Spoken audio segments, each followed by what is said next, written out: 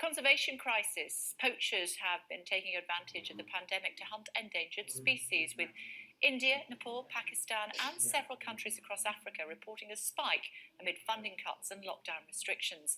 The charity Space for Giants has partnered with The Independent and the Evening Standard on a campaign to raise money and protect wildlife from poachers. Joining us now from Nanyuki in central Kenya is Dr. Max Graham, the founder and chief executive of that charity Space for Giants. Hello to you, Doctor. Thank you for joining us. Why have we seen an increase in poaching during lockdown? Morning, Kate. Well, I think it's important for everyone to realise that tourism is a major source of revenue for conservation, and it's literally dried up. We're seeing Kenya, for example, has a 98% reduction in visitors. Ugandan wildlife authorities had no visitors to their parks at all during this period of time. So that, combined with the downturn in philanthropy, means there's less money available for conservation in the field. And if you combine that with a very severe economic downturn in these developing countries that hold wildlife, and you've got to remember, there aren't furlough schemes here. There aren't budgets available to bail out companies or the sector. So there's no safety net.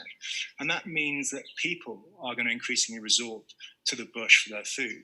And of course, the inevitable consequences, poaching is increasing. We're seeing, for example, in Kenya, there's been a 51% increase in bushmeat poaching.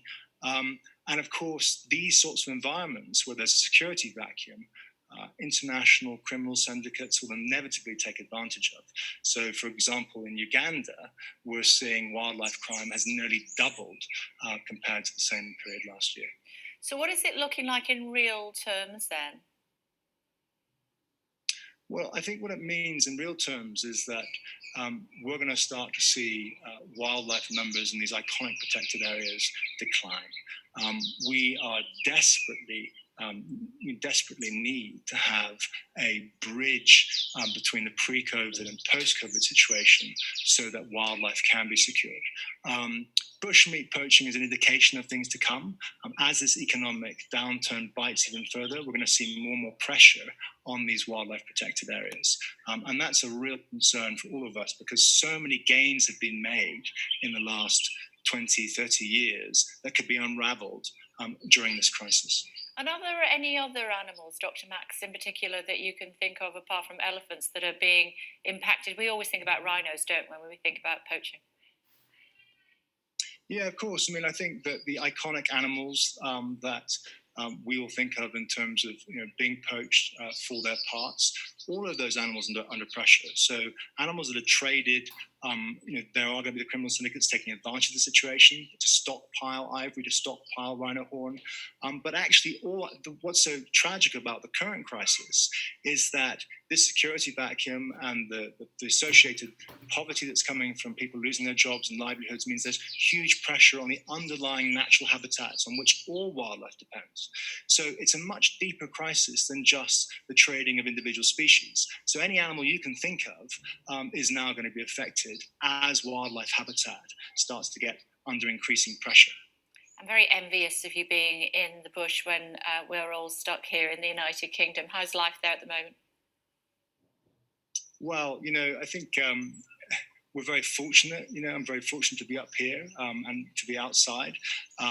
But I think that even here, we're starting to feel, the effects of the economic downturn, restriction on movement. I'm fortunate to still be able to go out and do work in the field at the current time and support the local teams. But it is tough, and I'm just so grateful that the London Evening Standard Independent have taken advantage of this opportunity to just tell the world that we've got this major crisis that affects us all.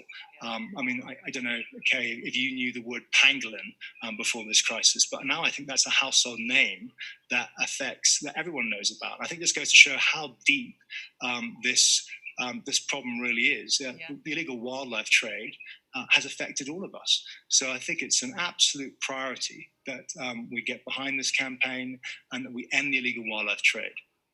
What's your favourite animal? I have to say an elephant is my favourite animal. Okay. Mine's a warthog. Why does everybody laugh when I say that? It is. It's the warthog. They're great. I mean, leopard, lion, big five, hippo, fabulous. Warthogs for me. They're great. Yeah, there aren't enough warthog champions out there, Kate. There we go. Glad well, I shall fly the flag on their behalf. Dr. Mack, good to talk to you. Thank you. Everybody laughs when I say warthog. They're great. You're watching Cable at Breakfast. Time for the weather. Here's Naz. Hi, Naz. What's your favourite